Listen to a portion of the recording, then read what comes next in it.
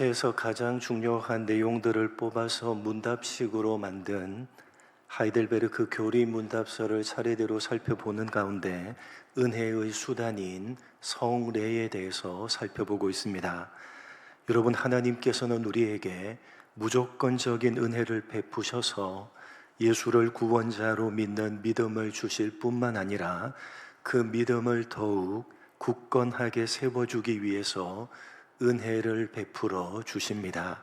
물론 하나님께서는 주권적으로 다양한 수단을 사용해서 우리에게 은혜를 베풀어 주실 수 있으시지만, 그러나 은혜를 베풀어 주시는 그 수단을 정해 놓으셨는데, 그것이 바로 말씀과 성례라는 두 가지 수단입니다. 그래서 신학적인 용어로 말씀과 성례, 이 두 가지를 가리켜서 은혜의 수단이라고 부릅니다. 우리는 이러한 은혜의 수단 가운데 거룩한 예식인 성례, 그 성례 가운데 성찬에 대해서 살펴보고 있습니다. 오늘 함께 살펴볼 내용은 성찬시에 사용되는 떡과 포도주에 관한 내용입니다. 먼저 78번 문항, 제가 묻고 여러분이 답을 하겠습니다. 떡과 포도주가 그리스도의 실제 몸과 피로 변합니까?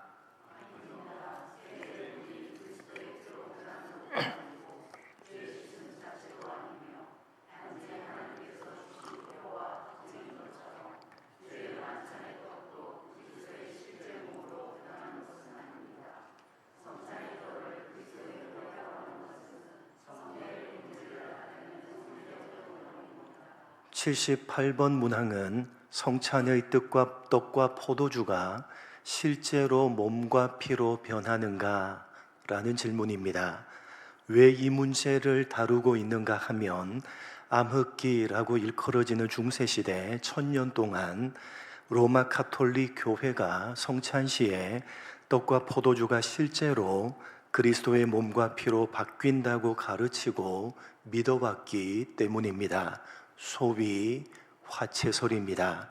로마 가톨릭은 예수님께서 성찬식의 떡과 포도주를 가리켜서 자신의 살과 피라고 말씀하신 것을 문자 그대로 해석을 해서 성찬식을 거행하면서 떡과 포도주를 진짜 예수님의 몸과 예수님의 피라고 생각을 합니다. 그래서 그들은 신부가 떡을 봉헌하는 순간 성찬식의 떡이 진짜 예수님의 몸으로 변화된다고 믿습니다. 성찬식을 시행하기 전에는 그냥 평상시와 똑같은 떡이지만 일단 신부에 의해 봉헌된 다음에는 실제로 예수님의 몸으로 바뀐다는 것입니다. 포도주 역시 성찬식을 시행하기 전에는 그냥 포도주지만 신부에 의해서 봉헌된 다음에는 실제로 예수님의 피로 바뀐다는 것입니다. 이것이 내 몸이다, 이것이 내 피다라는 예수님의 말씀을 문자 그대로 해석했기 때문입니다. 그래서 로마 가톨릭이 가지고 있는 이러한 성찬에 대한 개념을 될 화자에 몸체자를 써서 화채설이라고 부르는 것입니다. 그러나 이 화채설을 따르게 되면 성찬에 대한 이해에 있어서 중요한 문제가 발생합니다. 로마 가톨릭은 성찬의 떡과 포도주가 봉헌을 통해 그리스도의 몸과 그리스도의 피로 변화된다고 믿기 때문에 성찬 후에 남은 성체를 특별히 거룩하게 다루며 이 빵을 성체라고 부릅니다. 그래서 성체를 보관하는 장소인 감실이라는 곳을 두고 그 안에 성체를 보관하며 공경합니다. 그리스도의 실제 몸이 성체 안에 현존한다고 믿기 때문입니다. 또한 성찬 후에 남은 빵을 일반적인 음식처럼 취급하지 않습니다. 가톨릭은 그 남은 빵, 성체를 거룩하게 보존하고 남은 포도주는 함부로 폐기하지 않고 적절한 방식으로 처리합니다. 이러한 이해는 성찬의 떡과 포도주 자체를 그리스도의 몸과 피로 보는 화채설에서 비롯된 것입니다. 그러나 화채설과 같이 떡과 포도주 자체가 실제로 그리스도의 몸과 피로 변한다고 이해를 하게 되면 성찬이 믿음과 성령의 역사 안에서 누리는 은혜의 수단이 아니라 물질 자체에 어떤 신비한 효력이 있는 것처럼 오해될 수 있습니다. 결국 성찬을 하나님께서 정하신 은혜의 수단이 아니라 인간이 다루는 신비적인 행위처럼 변질시킬 위험이 있는 것입니다.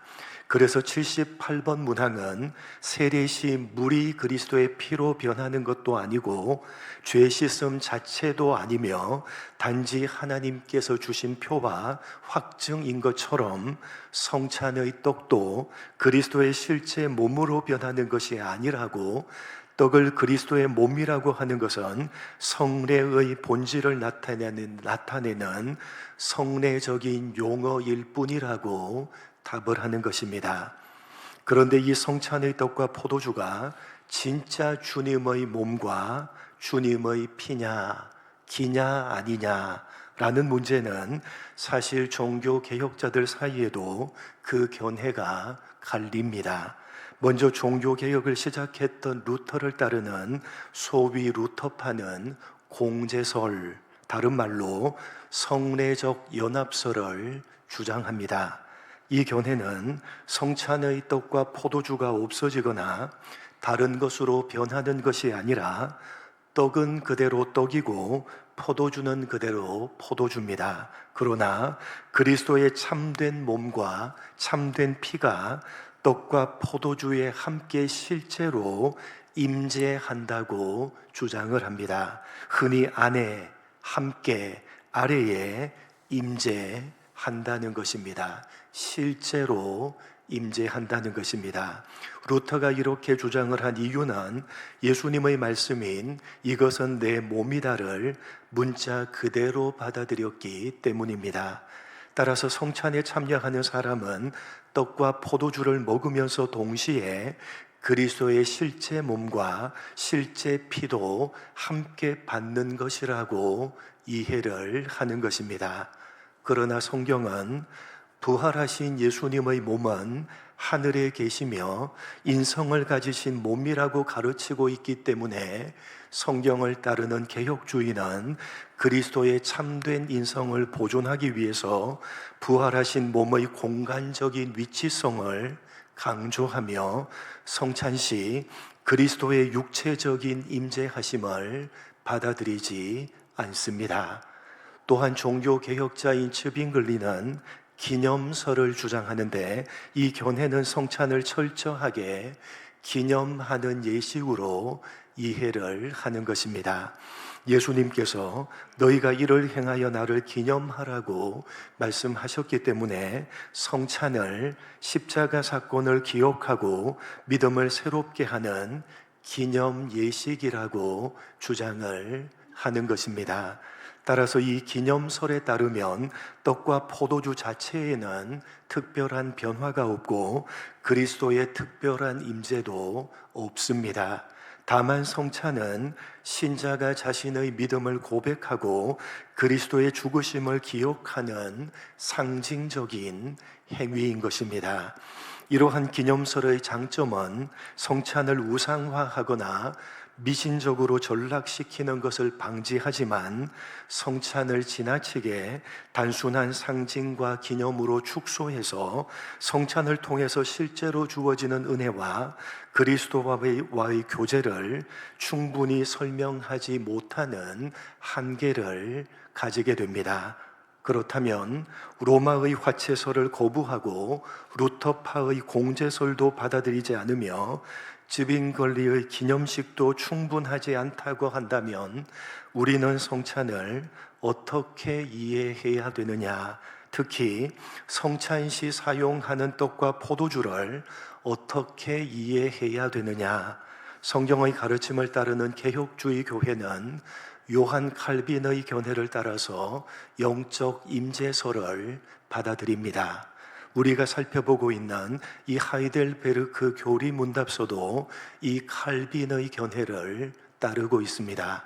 이 견해는 화채설과 공제설처럼 그리스도의 실제 몸이 떡 속에 있다고도 하지 않고 즈빙글리처럼 단순한 기념이라고 하지도 않습니다. 그리스도의 몸은 지금 하늘에 계시지만 성령께서 역사하심으로 성찬에 참여하는 신자들이 믿음을 통해서 실제로 그리스도와 연합한다는 견해입니다. 칼빈이 강조한 것은 이것입니다. 성찬에는 참으로 그리스도께서 임재하신다. 그러나 그 임재는 육체적이고 물질적인 방식이 아니라 성령을 통한 영적인 방식이다. 이것이 바로 영적 임재설입니다. 여기서 우리는 매우 중요한 균형을 잡아야 합니다. 성찬에서 그리스도가 임재하신다고 말할 때 그것은 떡 속에 그리스도의 몸이 들어있다는 의미가 아닙니다. 예수님의 몸은 부활하신 이후에 지금 어디에 계시는 겁니까? 예수님의 몸은 부활하신 이후에 지금 하늘에 계십니다. 성경은 부활하신 그리스도의 몸이 참된 인간의 몸이라고 가르칩니다. 그러므로 그리스도의 몸은 우리 인간의 몸과 같이 공간 안에 존재하며 동시에 여러 장소에 물리적으로 존재할 수 없습니다.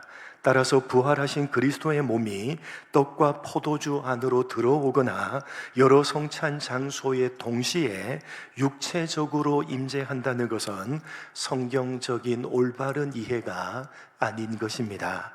그러나 그렇다고 해서 성찬에는 아무것도 없다, 단지 떡과 포도주를 먹으면서 과거의 십자가 사건을 기억하는 것뿐이다 라고 말해서도 안 되는 것입니다. 왜냐하면 성경은 성찬을 단순한 기념이라고만 가르치지 않기 때문입니다. 사도 바울은 오늘 본문인 고린도전서 10장 16절에서 이렇게 말씀합니다.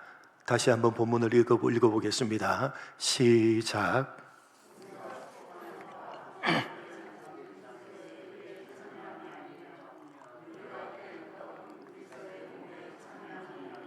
여러분, 여기에 중요한 단어가 등장하는데 참여함이라고 번역된 단어입니다. 헬라어 원어로 우리가 잘 아는 코이노니아라는 단어입니다. 바울은 성찬을 설명하면서 이 떡은 그리스도의 몸이다 라고만 말하지 않고 동시에 이 떡은 그리스도의 몸에 참여하는 것이다 라고 말합니다. 이것이 바로 성찬이 가지고 있는 신비입니다. 성찬의 떡 자체가 예수님의 몸으로 변하는 것은 전혀 아닙니다. 그러나 우리가 믿음으로 성찬에 참여하게 될 때에 성령께서 우리를 실제로 그리스도와 연합하게 하시고 그리스도의 생명과 그리스도의 은혜에 참여하게 하시는 것입니다. 우리가 육체적으로 그리스도의 몸을 먹는 것이 아니라 성령의 역사로 그리스도의 구원의 은혜와 생명에 참여하게 되는 것입니다. 떡은 떡이고 포도주는 포도주지만 성찬시에 성령께서 역사하심으로 그리스도와의 실제적인 교제가, 실제적인 연합이 이루어지는 것입니다. 육에 속한 우리가 성찬을 통해서 하나님의 아들과 한 몸으로 신비한 연합을 이루어서 교제를 하는 것입니다.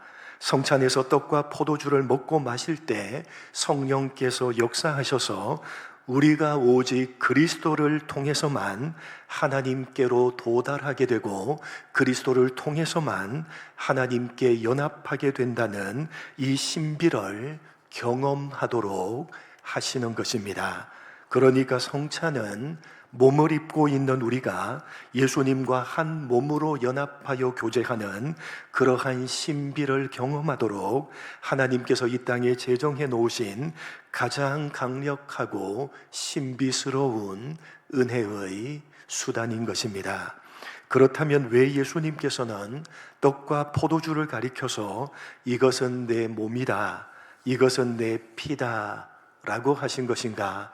이어지는 79번 문항인데 여러분, 사실 이 79번 문항이 중요한 것입니다.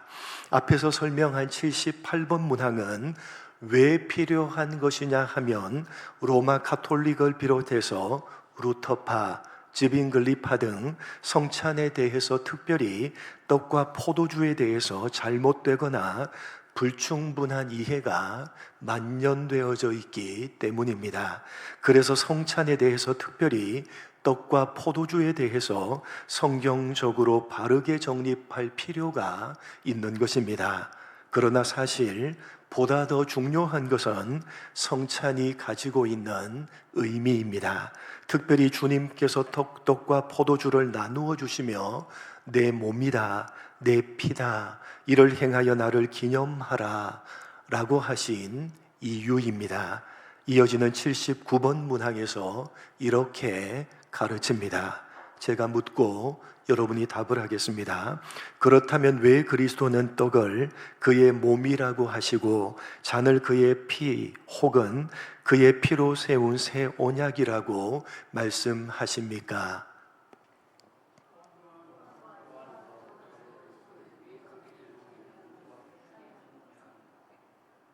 답변 읽겠습니다. 시작.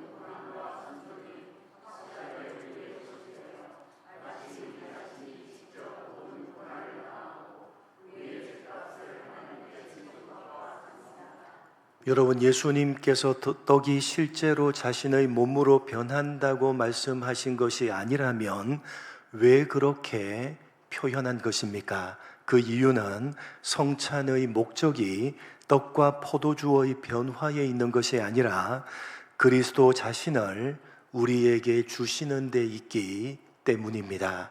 여러분, 예수님께서는 떡을 주시면서 그 떡 자체를 바라보게 하신 것이 아니라 그 떡이 가리키는 참된 실체이신 예수님 자신을 바라보게 하신 것입니다. 마치 육신이 그 생명을 유지하기 위해서는 떡과 포도주가 필요하듯이 우리의 영혼은 그리스도가 없이는 살 수가 없는 것입니다. 우리의 몸이 음식으로 생명을 유지하듯이 우리의 영혼은 생명의 떡이 되시는 그리스도를 믿음으로 받아들일 때에 살아가는 것입니다. 그리고 성찬은 바로 그리스도께서 우리의 참된 생명이시며 양식이심을 눈에 보이는 표와 인으로 확증해 주는 은혜의 수단인 것입니다. 이러한 성찬의 의미를 이해하는데 중요한 배경이 되는 말씀이 바로 요한복음 6장입니다. 예수님께서는 이렇게 말씀을 하셨습니다. 요한복음 6장 35절 같이 읽겠습니다. 시작.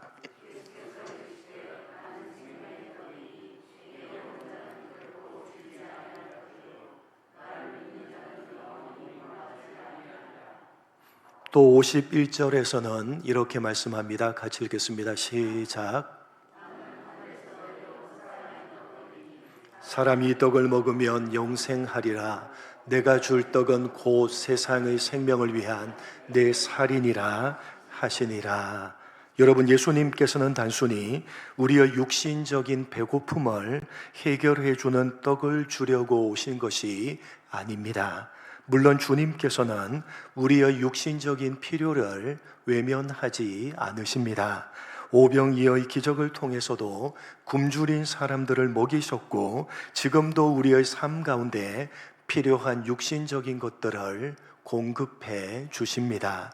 그러나 주님께서 우리에게 궁극적으로 주시고자 하는 것은 썩어 없어질 육신의 양식이 아니라 영원한 생명을 주시는 당신 자신이셨습니다. 그래서 이 오병이어의 기적을 경험한 사람들이 다시 예수님을 찾아왔을 때 주님께서는 그들을 책망하셨습니다. 너희가 나를 찾는 것은 표적을 본 까닭이 아니요 떡을 먹고 배부른 까닭이로라. 여러분, 이 말씀은 단순히 저들이 떡을 먹은 것이 잘못되었다는 의미가 결코 아닙니다. 문제는 저들이 떡을 통해서 바라보아야 할 주님을 바라보지 못하고 떡 자체만 바라봤다는 것입니다. 그들은 떡을 주신 분을 바라봐야 했었는데 다만 떡만 보았던 것입니다. 그래서 주님께서는 썩는 양식을 위해서 일하지 말고 영생하도록 있는 양식을 위해서 하라 라고 말씀하신 것입니다. 너희가 진정으로 구해야 하는 것은 잠시 배부르게 하는 떡이 아니라 영원히 너희를 살리는 예수님 자신이라고 하신 것입니다. 여러분, 우리가 성찬에 참여할 때에 가장 먼저 생각해야 되는 것은 성찬시 나누어 주는 이 떡이 어떻게 예수님의 몸이 되는가 하는 것이 결코 아닙니다. 우리가 생각하고 기억하며 붙들어야 되는 것은 이 떡을 통해서 하나님께서 나에게 무엇을 주시는가 하는 것입니다. 하나님께서 성찬을 통해서 우리에게 주시는 것은 떡 자체가 아니라 그리스도를 주시는 것입니다. 떡이 아니라 그리스도를 주시는 것입니다. 포도주를 통해서 주시는 것은 단순한 포도주가 아니라 그리스도의 피로 세우신 새 언약의 은혜를 주시는 것입니다. 성찬을 통해서 우리는 우리의 죄를 위해 찢기신 그리스도의 몸을 바라보고 우리의 죄값을 대신 담당하신 그리스도의 피를 바라보며 성령께서 우리를 그리스도의 십자가 은혜에 참여케 하시는 것을 실제로 경험하게 되는 것입니다. 실제로 우리가 성령의 역사에 의해서 주님의 참된 몸과 피에 참여케 되었다는 것과 그리스도의 모든 고난과 순종이 확실하게 우리의 것이 되게 하셔서 우리 자신이 직접 모든 고난을 당하고 우리의 죄값을 하나님께 치루었다는 사실을 이 성찬을 통해서 분명하게 확신케 만드는 것입니다. 그래서 하이델베르크 교리 문답은 성찬을 단순한 기념식이라고 가르치지 않고 하나님께서 우리의 믿음을 굳게 세우시는 은혜의 수단이라고 가르치는 것입니다. 하나님께서 말씀을 통하여 복음을 듣게 하시고 성례를 통하여 그 복음을 직접 눈으로 보고 직접 경험하도록 하시는 것입니다. 여러분, 성찬의 떡과 포도주는 그 자체가 목적이 아닙니다. 떡은 우리를 그 떡 너머에 계신 예수 그리스도께로 인도하는 거룩한 표시이며, 포도주는 우리를 십자가에서 흘리신 그리스도의 피의 은혜로 인도하는 확실한 보증인 것입니다. 여러분, 우리는 이 성찬을 통해서 하나님께서 우리에게 주시는 가장 큰 선물은 떡과 포도주가 아니라 바로 예수 그리스도 자신이라는 사실을 깨닫고 확신케 되는 것입니다. 여러분은 무엇으로 이 세상을 살아가고 계십니까? 여러분은 이 세상을 무엇으로 살아간다고 생각을 하십니까? 물론 우리의 육신은 세상의 양식으로 살아가지만 그러나 우리의 영혼은 오직 그리스도로만 살아갈 수 있다는 사실을 우리는 특별히 성찬 예식을 통해서 분명하게 가슴에 새겨야 되는 것입니다. 세상의 모든 것들을 다 가지고 있다 할지라도 그리스도가 없다면 우리의 영혼은 결코 만족할 수가 없고, 세상의 모든 것들을 다 잃어버린다 하더라도 그리스도를 소유한 사람은 참된 생명을 소유한 사람이라는 사실을 우리는 특별히 성찬을 통해서 확인하며 성령께서는 그러한 사실을 분명하게 확증할 수 있도록 우리 가운데 역사해 주시는 것입니다. 여러분, 성령께서는 오늘도 말씀이라는 거룩한 수단을 통해서, 특별히 보이는 말씀인 성찬을 통해서 우리에게 은혜를 베푸셔서 우리의 믿음을 굳게 하시며 우리를 그리스도와 더욱더 깊이 연합하게 하십니다. 여러분 부디 여러분에게 필요한 양식, 그 너머에 계신 그리스도를 바라보시기 바랍니다. 그리고 이렇게 고백하시기 바랍니다. 주님, 나에게는 일용할 양식이 필요합니다. 그러나 주님, 그 일용할 양식보다 더 필요한 것은 나를 위해서 기꺼이 자신을 내어주신 주님 당신이십니다. 주님께서 주시는 선물보다 더욱더 귀한 것은 주님 자신입니다.